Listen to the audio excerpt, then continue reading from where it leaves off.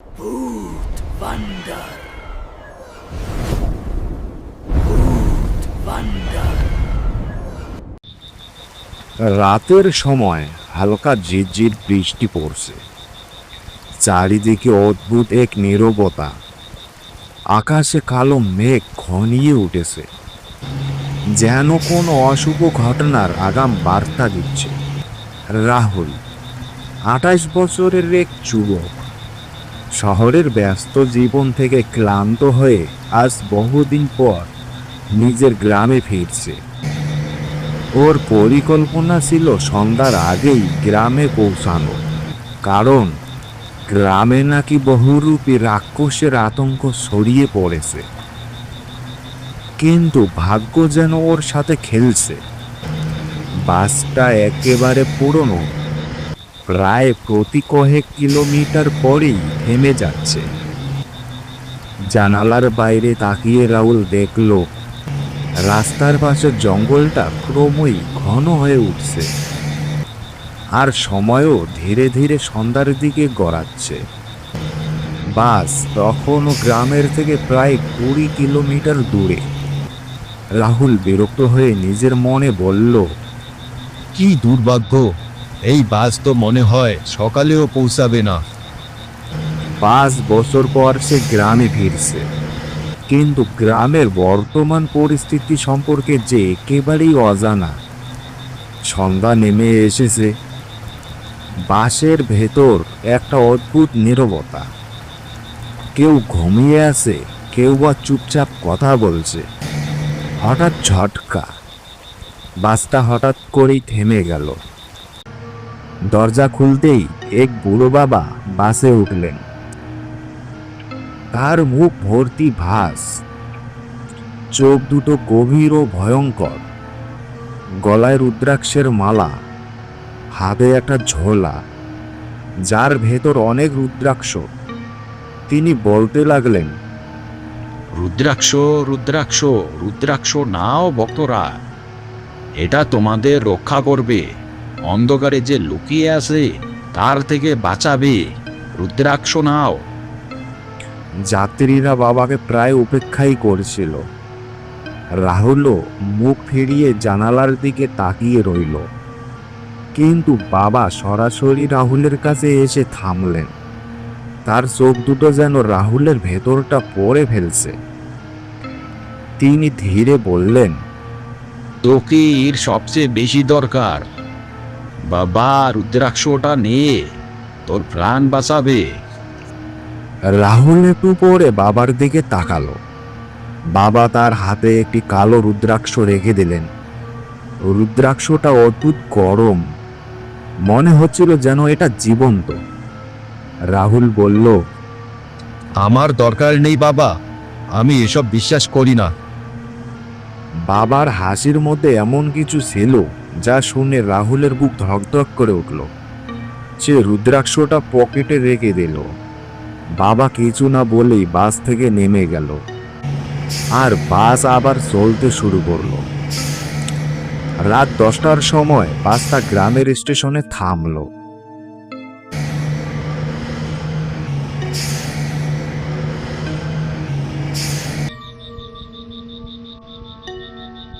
Station একেবারেই শুনশান, একটাও রিক্সা বা টাঙ্কা নেই। রাহুলের বাড়ি স্টেশন থেকে এখনো 2 কিলোমিটার দূরে, জঙ্গলের ভেতর। তাকে হেঁটেই যেতে হবে। সে হাঁটতে শুরু করলো। গ্রামের রাস্তা কাঁচা, দুপাশে ঘন জঙ্গল। বাতাসে ঠান্ডা থাকলেও রাহুলের গায়ে ঘাম বেরোচ্ছে।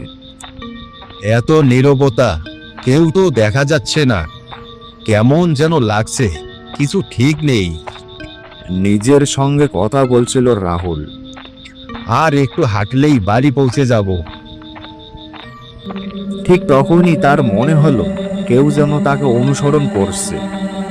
সে পিছনে তাকালো, কিন্তু কেউ নেই, শুধু গাছের ছায়া বাতাসে দুলছে। হঠাৎ একটা আওয়াজ, রাহুল থাম। রাহুল থমকে দাঁড়ালো, বুক ধড়ফড় করছে। চারিদিকে তাকালো, কিন্তু অন্ধকারে কিছুই দেখা যাচ্ছে না।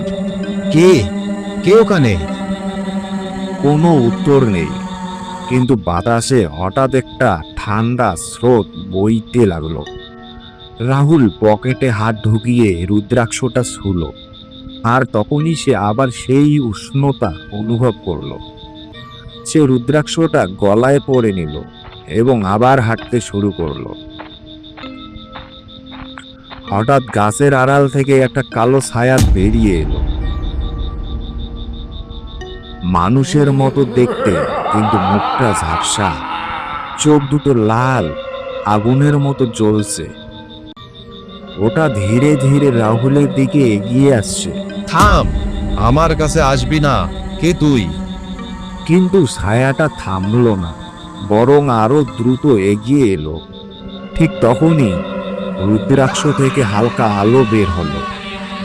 ছায়াটা হঠাৎ কর্কশ চিৎকার করে পিছিয়ে গেল। তার সেই ভয়ঙ্কর চিৎকারে রাহুলের শরীর কেঁপে উঠল। রাহুল প্রাণপণে দৌড়াতে লাগলো।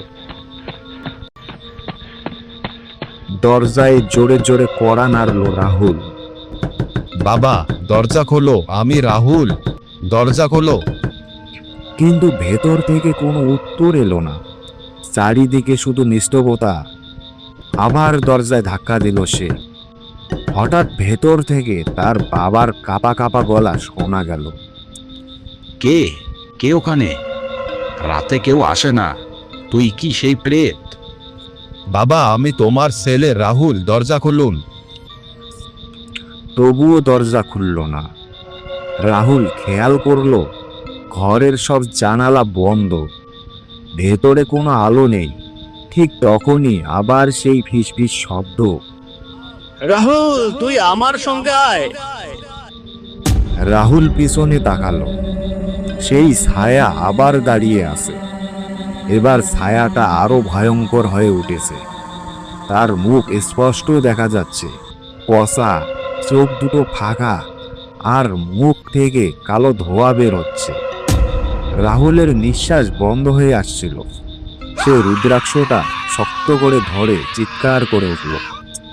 তুই আমাকে ছুতে পারবি না, এই রুদ্রাক্ষ তোকে ভস্ম করে দেবে। ছায়াপ্রেতটা ভয়ঙ্কর ভাবে হেসে উঠল। তার হাসি যেন পুরো জঙ্গলে গুঞ্জন তুলল। রুদ্রাক্ষ কতক্ষণ তোকে বাঁচাবে, শুধু একটু সময় বাড়াবে। রাহুলের শরীর কাঁপছিল। সে আবার দরজায় ধাক্কা দিল। বাবা, শুনতে পারছেন?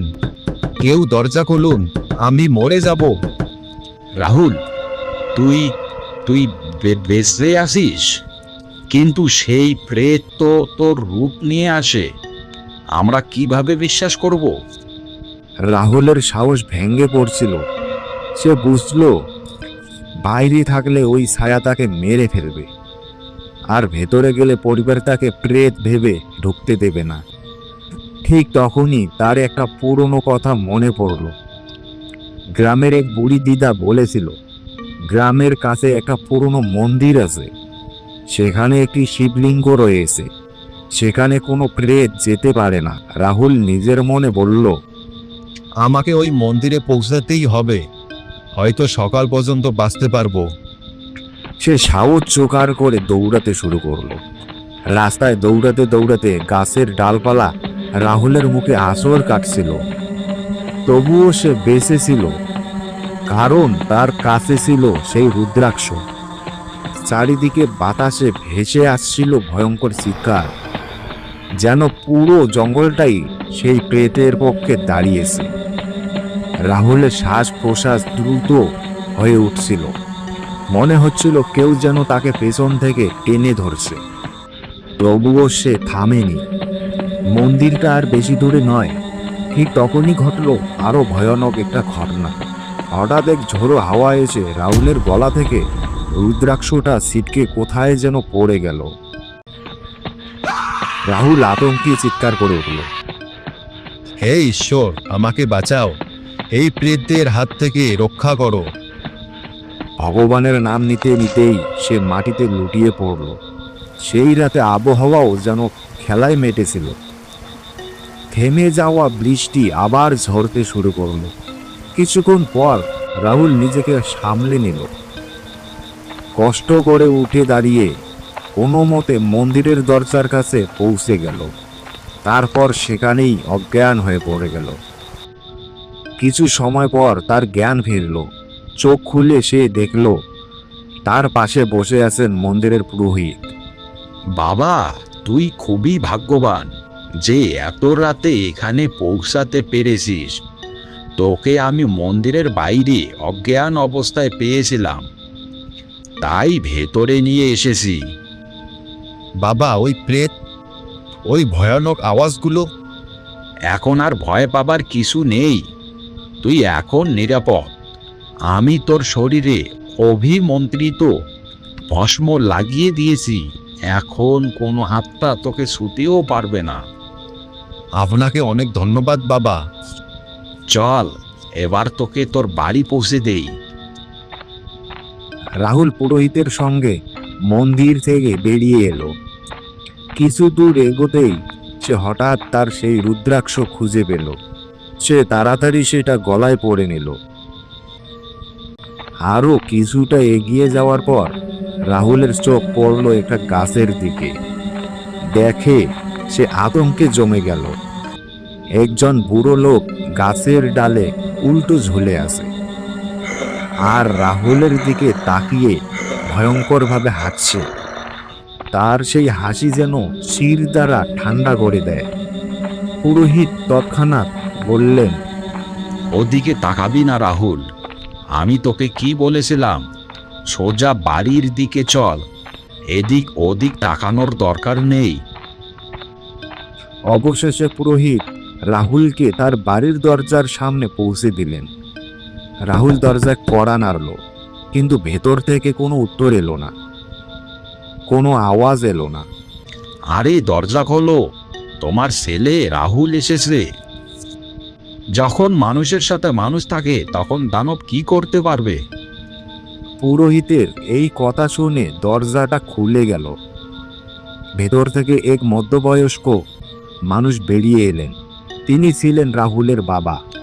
ভেতরে আয়, তাড়াতাড়ি আয়। দরজা খুলেই ইনি রাহুলকে টেনে ভেতরে নিয়ে গেলেন এবং ঝট করে দরজা বন্ধ করে দিলেন।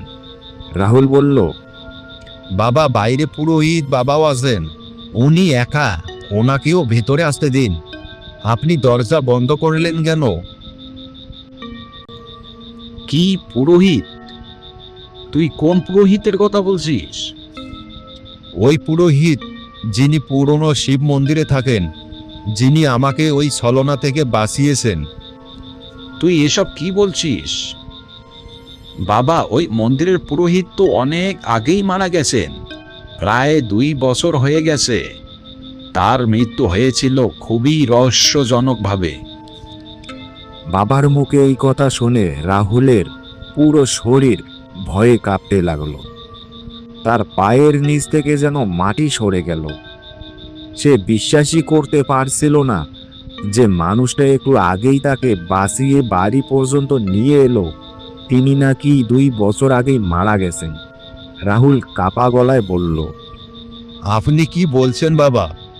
উনি তো আমাকে বাঁচিয়েছেন এবং বাড়ি পর্যন্ত নিয়ে এসেছেন। তা হতে পারে না বাবা, নিশ্চয়ই তিনি স্বয়ং মহাদেব ছিলেন, যিনি তোকে রক্ষা করে এখানে নিয়ে এসেছেন।